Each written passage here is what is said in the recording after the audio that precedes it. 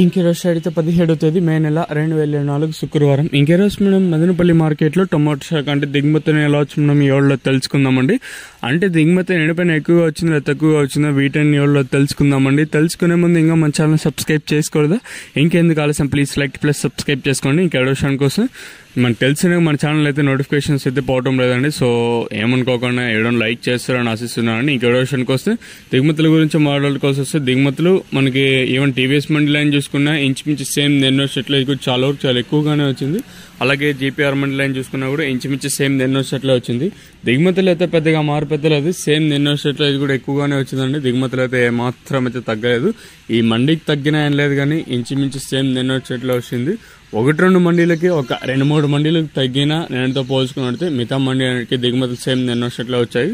మరి చూద్దాము ఈ ధరలు అనేది ఏ విధంగా వెళ్తాయని. మనకు ఒక్కొక్కసారి వేలం పాటలు అనేది అంటే 8:45కి ప్రారంభం అవ్వచ్చు, 8:30కి ఇలా అయితే ప్రారంభం అవ్వచ్చు. మరి చూద్దాము ఈ ధరలు అనేది ఏ విధంగా వెళ్తాయని.